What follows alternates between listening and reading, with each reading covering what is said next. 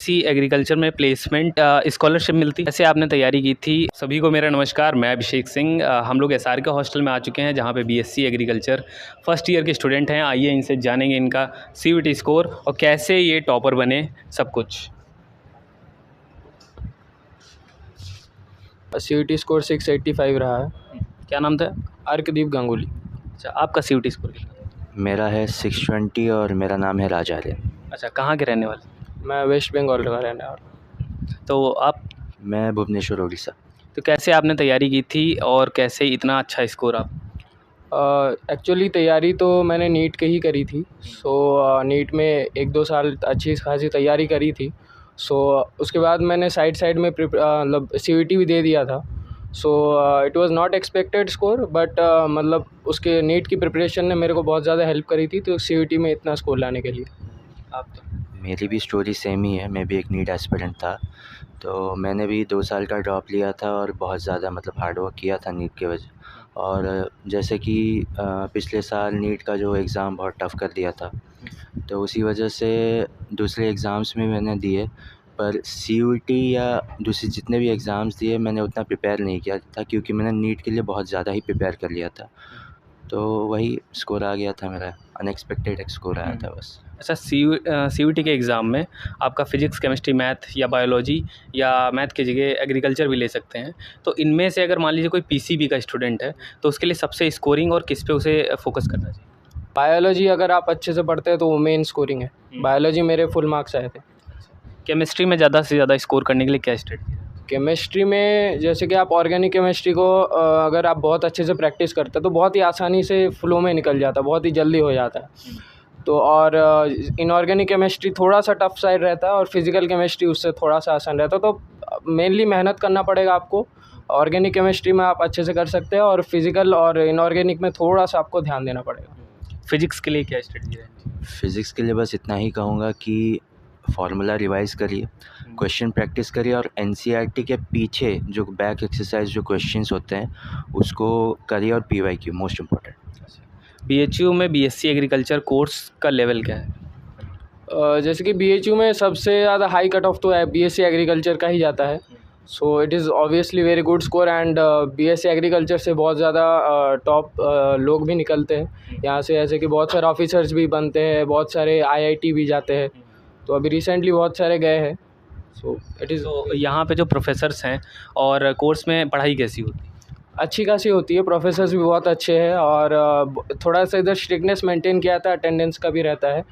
आप full attendance, जैसे कि यहाँ पर थोड़ा सा कंपलसरी रह जाता है, तो आप ज़्यादा से ज़्यादा अटेंडेंस होगा तो उतनी अच्छी पढ़ाई भी होगी। It is very good. यहाँ के लैब कैसे? यहाँ के लैब तो नंबर 1 है, बहुत हाई टेक्नोलॉजीज़ है, नए नए इक्विपमेंट्स भी है। जैसे कि बीएचयू को बहुत गवर्नमेंट कॉलेज है तो बहुत ज़्यादा ही फंडिंग आती है, तो यहाँ की लैब बहुत वेल मेंटेन्ड। फील्ड वर्क करवाते हैं? हाँ, field agriculture is totally field work, तो हमें मैक्सिमम टाइम फील्ड जाना होता है। और हमारा फील्ड जैसे कि आपको पता है आईआईटी में पड़ा है। हाँ। 160 एकड़ का फील्ड है, तो बहुत वास्ट फील्ड है।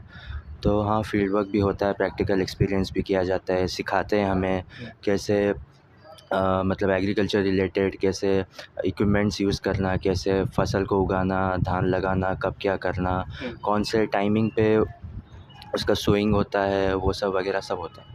अच्छा, न्यू एजुकेशन पॉलिसी के बाद कौन कौन से सब्जेक्ट पढ़ने पड़ रहे हैं? न्यू एजुकेशन पॉलिसी के बाद तो वैसे कॉमन सब्जेक्ट जैसे कि आगे एक वीएसी है, डिज़ास्टर मैनेजमेंट, या फिर आपका एथिक्स वो सब, या फिर एईसी वगैरह भी हाँ है? एईसी एक है, MD? MDC multi disciplinary course वो है।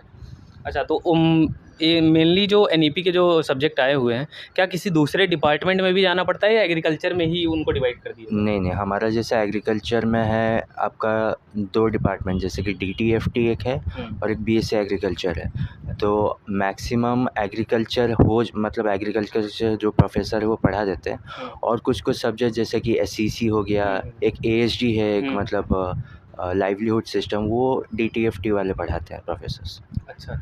यहाँ पे स्कॉलरशिप मिलती है? हाँ, स्कॉलरशिप भी मिलती है। आप अगर आईसीआर से आते हैं, और यूपी स्कॉलरशिप भी आती है, राजस्थान वाली भी आती है।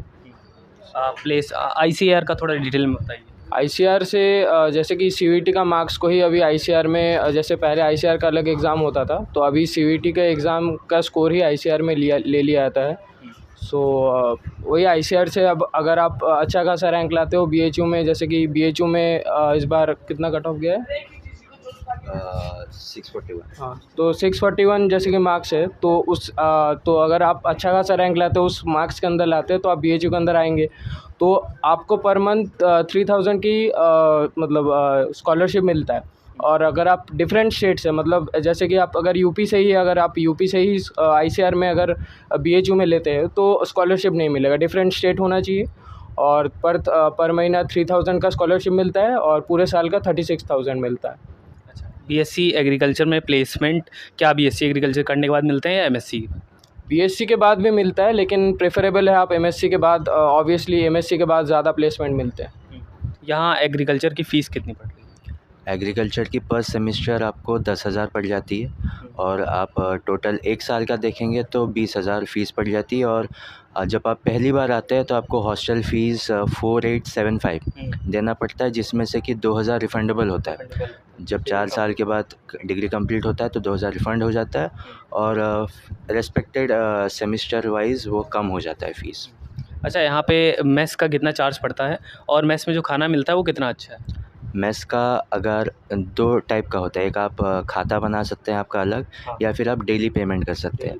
अगर आप डेली पेमेंट करेंगे तो पर मील आपको 55 रुपीज़ का पड़ जाता है और एक दिन का तो 110 रुपया। या फिर अगर आप खाता भी बनाएंगे तो एक महीने का अप्रॉक्सीमेटली 3,000 या 3,300 के आसपास कुछ आ जाता है। और खाना, हाँ, एसआरके का जैसे बोलते हैं कि खाना, हाँ, अच्छा है।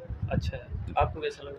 एसआरके का खाना तो मतलब हर जगह फेमस, मतलब बीएचयू में तो हर जगह का इसी का नाम है एसआरके का खाना।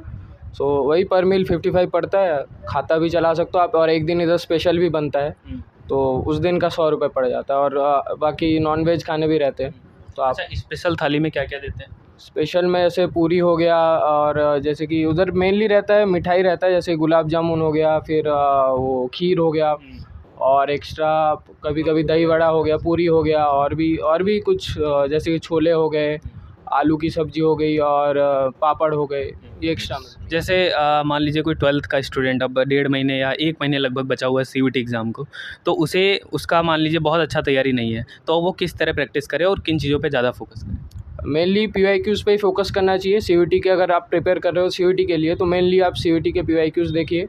और मतलब अगर आप थोड़ा सा भी प्रिपेयर्ड हो तो लास्ट टाइम पे पीवाईक्यूज़ को ही ज़्यादा से ज़्यादा प्रैक्टिस करिए, और अपने जो भी गलतियां हैं उनको नोट कीजिए और उनके ऊपर काम करिए। अच्छा, मॉक टेस्ट दिए थे आपने सीवीटी के या मतलब नीट के? तो दिए नहीं, सीयूटी के अभी मैंने मॉक टेस्ट नहीं दिए। नीट के हैं मैंने बहुत दे दिए, तो उसके वजह से मेरे को एक एडवांटेज मिल गया टाइम का, मतलब टाइम का और पावर और इसका स्पीड का एक एडवांटेज मुझे मिल गया। सीवीटी मोड की प्रैक्टिस होनी जरूरी है। हाँ, नहीं, आप अगर सीयूटी के लिए मेनली सीयूटी के लिए प्रिपेयर कर रहे हैं तो ठीक है, लेकिन आप अगर जैसे कि हम जैसे नीट एस्पिरेंट थे तो नीट के लिए मेनली प्रिपेयर कर रहे थे, तो उससे स्पीड और एजिलिटी आ गई थी। सो आप अगर सीयूटी के लिए मेनली कर रहे हैं तो उसके लिए करिए। धन्यवाद हम लोगों से मिलने के लिए। आप लोग को कैसा लगा ये वीडियो ज़रूर बताइएगा। आपके कोई सवाल हो तो कमेंट में लिखिएगा, वो अगली बार हम लोग इंटरव्यू में पूछेंगे। मिलते हैं नेक्स्ट वीडियो।